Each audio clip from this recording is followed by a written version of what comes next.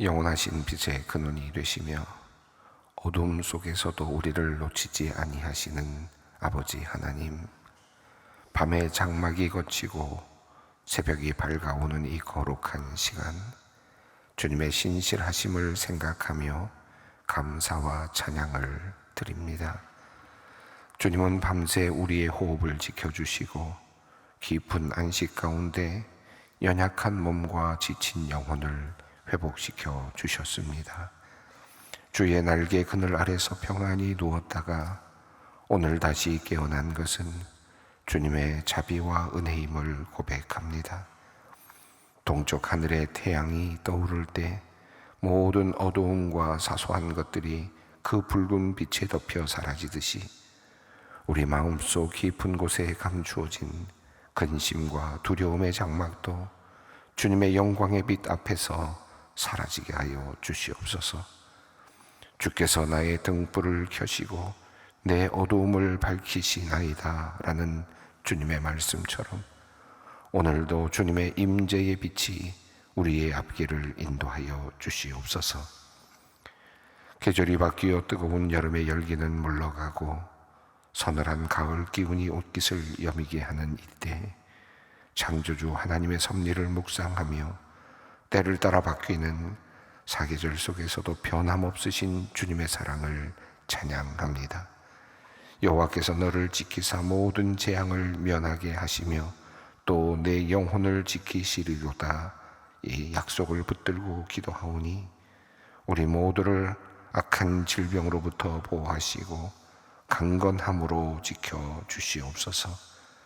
그리하여 우리가 모두 기쁨과 평안함 가운데서 넉넉한 마음으로 허락하신 삶을 살게 하여 주시옵소서. 하나님, 오늘 부른 찬송가의 가사를 생각하며 기도합니다. 독생자, 성자 예수 그리스도를 이 땅에 보내주신 그 한없는 사랑 앞에 머리 숙여 경배합니다.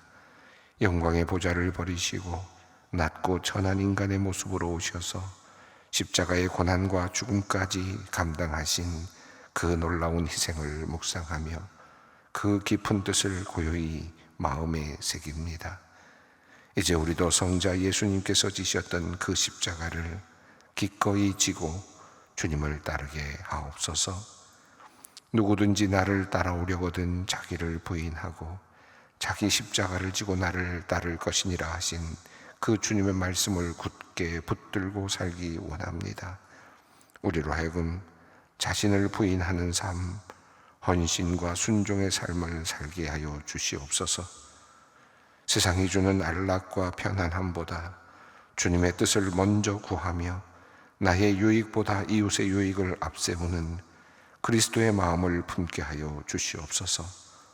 신실한 믿음으로 주님을 섬기게 하시고 정결한 마음과 손으로 주님 앞에 나아가게 하여 주시옵소서. 이웃을 향한 참된 사랑과 따뜻한 위로를 전하게 하시고 오늘 만나는 모든 이들에게 친절을 베풀 수 있는 그릇이 되게 하여 주시옵소서. 우리가 받은 은혜 기억하며 상한 갈대를 꺾지 않고 꺼져가는 심지를 끄지 않으시는 주님의 섬세하신 긍휼과 사랑을 본받아 우리도 살아가게 하여 주시옵소서. 이 시간 아브라함의 자손들이 살아가는 땅 예루살렘과 가자 지역의 땅을 위하여 주님께 간구합니다. 너무 오랜 세월 동안 전쟁과 분쟁으로 얼룩진 그곳에서 최근 인질로 붙들렸던 사람들이 풀려나 가족의 품으로 돌아간 소식을 듣습니다. 주님, 이 작은 변화 속에서 희망의 빛을 보며 주님께 더욱 기도합니다. 오랜 억류와 고통의 시간을 견뎌낸 이스라엘의 인질들과 또 팔레스타인의 수감자들, 그들의 생환을 기다리며 기도하던 가족 모두에게 위로를 내려 주시옵소서. 그들의 고통과 상처를 어루만져 주시옵소서. 오랜 기다림 끝에 사랑하는 이를 품에 안은 가족들에게 새로운 용기를 주시고 회복의 은총을 베풀어 주시옵소서. 이후로 속히 이들의 일상이 회복되게 하시고 평안한 삶으로 돌아오게 하여 주시옵소서. 또한 주님께 빕니다. 이스라엘과 팔레스타인 백성들에게 화해와 용서의 마음을 주시기를 원합니다. 같은 땅에 함께 살아갈 수밖에 없는 이웃임을 깨닫게 하시고 상대방의 고통과 아픔을 이해하는 마음을 주시옵소서. 정치 지도자들에게 지혜를 주셔서 보복과 응징의 논리가 아닌 대화와 협상의 길을 찾게 하시며 자국민의 안전뿐 아니라 상대방의 생명도 귀히 여기는 마음을 갖게 하여 주시옵소서. 경제적으로 어려움을 겪고 있는 이 땅 대한민국을 위해 기도합니다. 세계 곳곳에서 불어오는 경제 한파의 찬바람이 우리의 삶의 터를 흔들고 있으며 강대국들 사이의 갈등과 대립이 우리의 생존 기반을 위협하고 있습니다. 주님이 경랑의 시대에 우리의 피난처가 되어 주시고 반석이 되어 주시옵소서. 자원도 얼마 나지 않는 이 척박하고 좁은 땅에서 우리의 선조들은 피땀 흘려 일하며 오늘의 번영을 일구었습니다. 그러나 지금 국제무역 질서의 균형과 보호무역주의의 확산으로 이 나라의 경제가 큰 시험대 위에 놓여 있습니다. 하나님, 이 나라의 경제를 이끄는 정부의 관료들과 공무원 그리고 사업을 이끄는 모든 기업인에게 지혜와 총명함을 주시옵소서. 그리하여 이 어려운 국면을 잘 타개하여 민족의 미래를 잘 준비해 가게 하여 주시옵소서. 질병과 고통 중에 있는 소망의 성도들을 위해 기도합니다. 육신의 아픔으로 힘겨워하는 그들의 단식 소리를 들으시고 주님께서 치유의 손길로 어루만져 주시옵소서. 병상에 누워있는 성도들에게 새 힘을 부어주시고 치료의 과정 가운데 주님의 돌보심을 경험케 하여 주시옵소서. 주님께서 그들의 몸과 마음을 강건하게 하셔서 병마와 싸워 이길 수 있는 용기와 힘을 더하여 주시옵소서. 이제 갓 5살 된 어린이가 하나님의 은혜 가운데 의식을 회복하고 몸이 점점 회복되어 가게 하심을 감사드립니다. 기적과 같은 일들이 일어났음을 믿음으로 고백하며 주님께 감사와 영광을 올려드립니다. 이제 온전히 회복되게 하여 주셔서 온 가족과 성도들이 함께 기뻐하며 더욱 믿음으로 나아가게 하여 주시옵소서. 이젠 말씀 앞으로 나아갑니다. 성령께서 임재하시어 이 말씀의 자리가 은혜의 자리가 되게 하여 주시옵소서. 예수님의 이름으로 기도 올리옵나이다. 아멘. 오늘 우리에게 주시는 말씀은 갈라디아서 3장 10절로 14절 말씀입니다.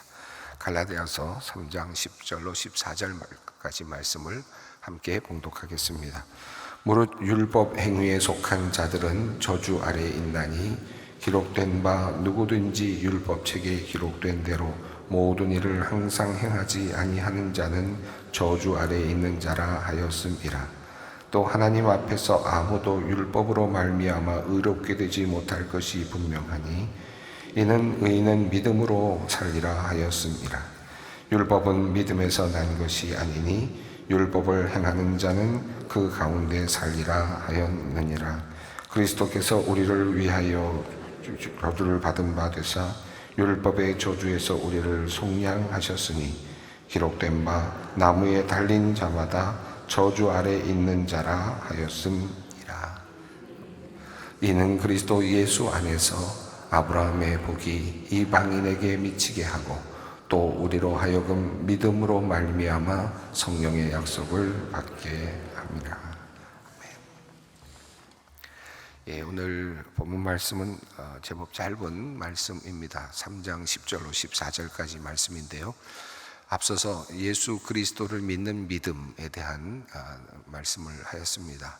예수 그리스도를 믿고 그리고 율법도 행하여야 된다, 할례도 받아야 된다라고 가르치는 그런 교사들을 향하여서 바울은 지금 힘을 내어서 율법의 행위로 우리가 구원을 받는 것이 아니다 라고 하는 그 사실을 계속해서 이야기를 하고 있습니다. 특별히 어제 읽은 앞선 말씀에서 아브라함의 믿음에 관련된 내용을 상기시켰습니다.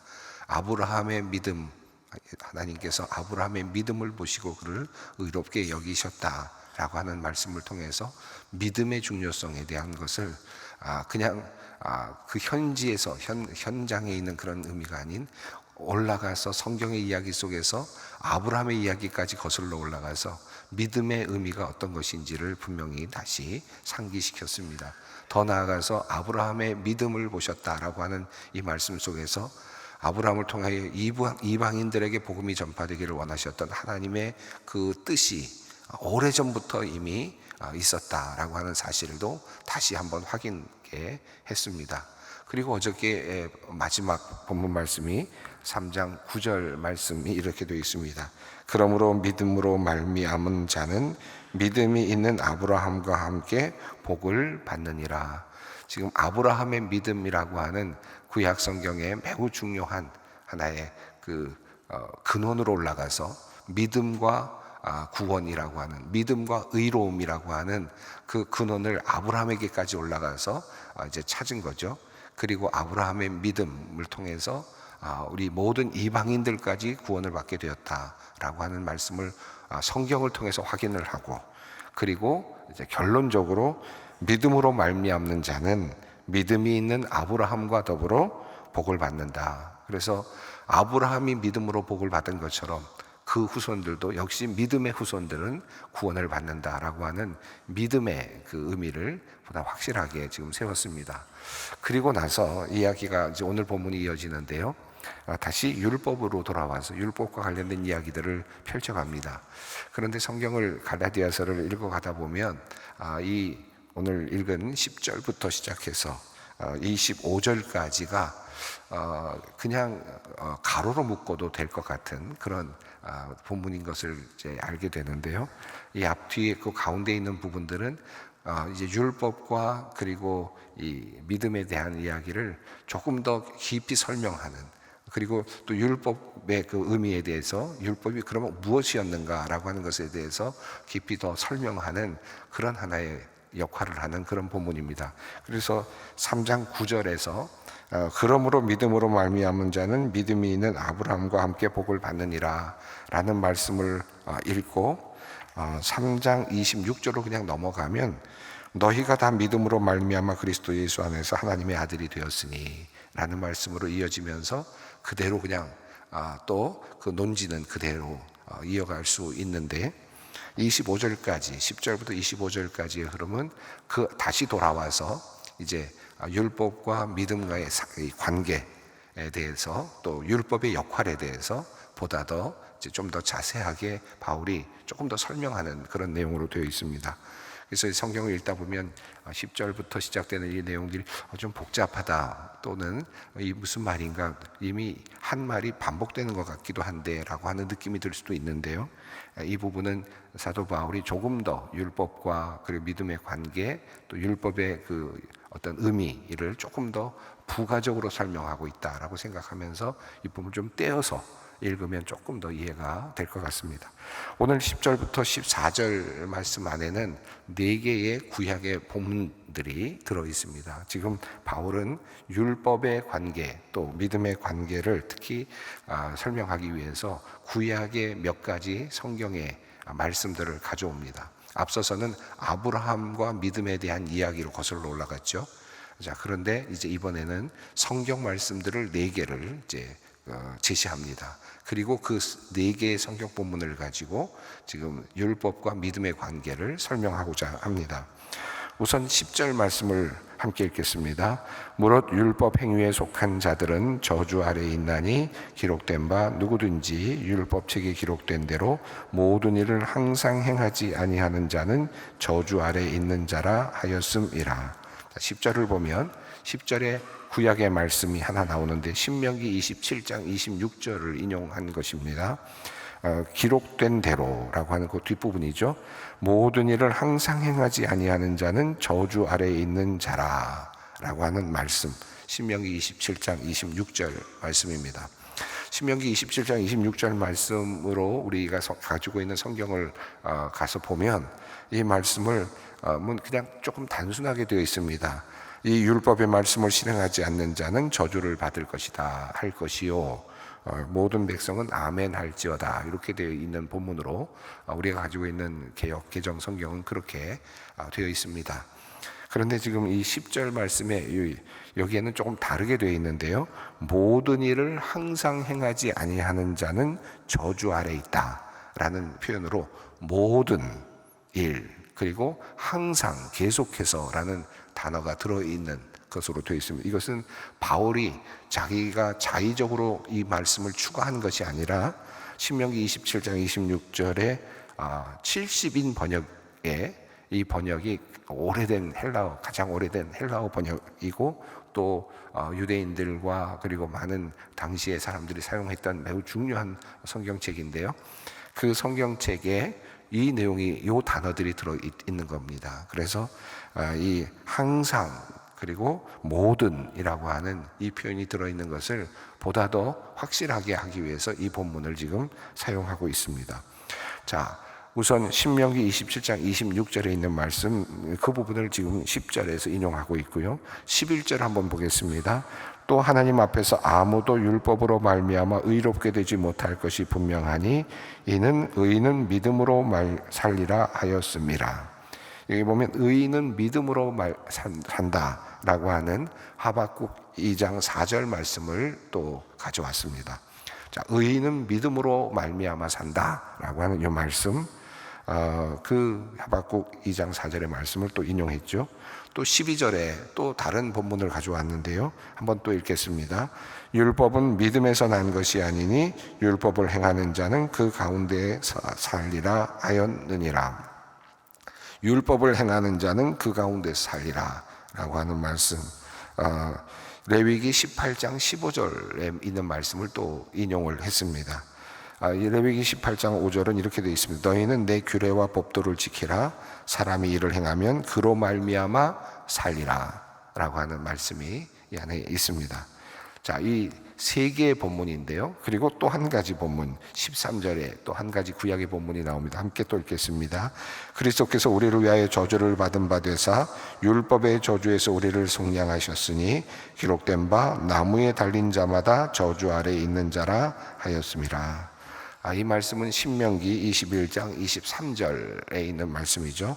나무에 달린 자는 하나님께 저주를 받았음이니라 라고 하는 이 말씀, 이 말씀을 다시 또 가져왔습니다. 그래서 지금 사도 바울은 율법과 그리고 믿음의 관계를 지금 한번 다시 설명을 하는데, 그래서 조금 더 어렵게 설명을 하는 것 같은데 바울은 이 부분을 통해서 보다 더 분명하게 율법과 믿음의 관계를 좀 더 확실하게 이렇게 보여주려고 하는 그런 의도를 갖고 있습니다.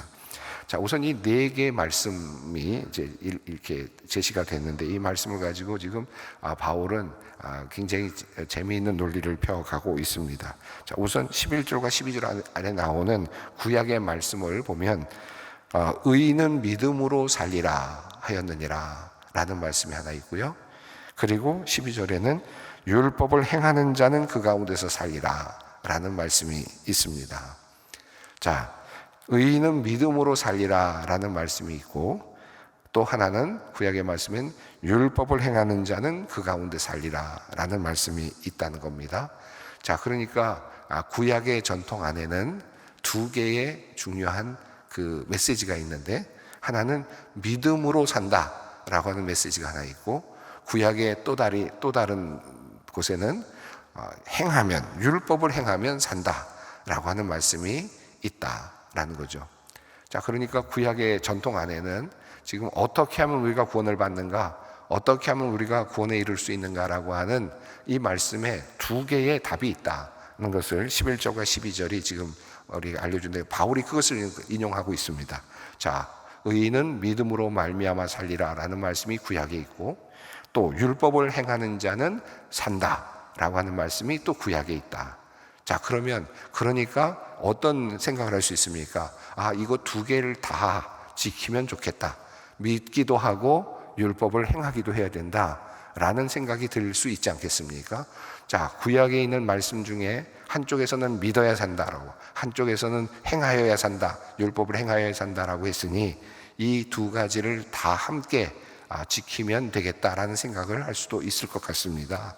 자, 그런데 바울은 이 두 개의 말씀을 가지고 중요한 변환점이 있음을 보여줍니다. 자, 의인은 믿음으로 말미암아 산다라는 말씀, 그리고 율법을 행하는 자는 그 가운데 살리라라는 이 말씀, 이 두 말씀이 우리를 구원으로 이끄는 말씀처럼 보이지만, 그러나 사실 율법을 행하는 자는 구원을 받는다라는 이 말씀은 보다 더 분명하게 해석을 해야 된다라는 겁니다. 자, 이 부분이 지금 바울에 있어서 굉장히 중요한데요. 자, 율법을 행하는 자는 그 가운데 살리라라고 말했지만, 여기서 율법을 행하는 자는 살리라는 이 말씀은 어떤 의미냐 하면, 율법을 항상, 모든 율법을 항상 지키는 사람이라는 의미다는 겁니다. 그것이 바로 10절에 있는 거죠. 모든 일을 항상 행하지 아니하는 자는 저주 아래에 있는 자다. 자, 율법의 기록, 율법을 행하는 자는 구원을 얻는다라는 말씀이 우리에게 희망을 주는 말씀이지만, 그러나 또 다른 구약의 말씀이 있는데, 그 말씀은 모든 율법책에 기록된 대로 모든 일을 항상 행해야 되는데, 그렇지 않은 사람은 저주 아래에 있다라는 말씀이 또 구약 성경에 있다는 거죠.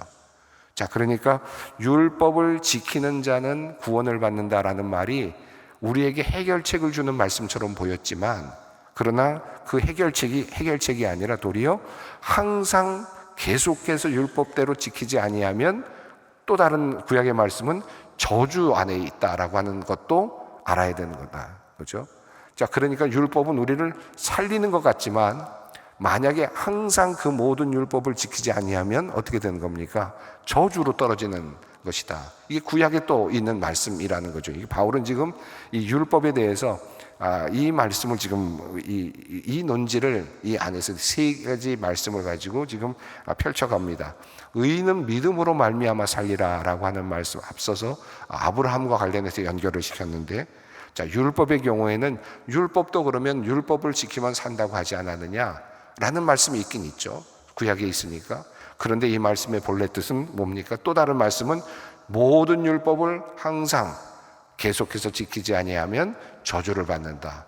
이 말은 완전히 지켜야만, 항상 모든 것을 다 지켜야만 살 수 있다라고 하는 말씀으로 이해가 되는 거고. 자, 그런데 만약에 그것을 지키지 못하면 어떻게 됩니까? 율법을 제대로 온전하게 지키지 못하면, 항상 모든 율법을 지키지 못하면 도리어 저주로 떨어진, 저주 아래에 있게 된다라고 하는 말씀입니다.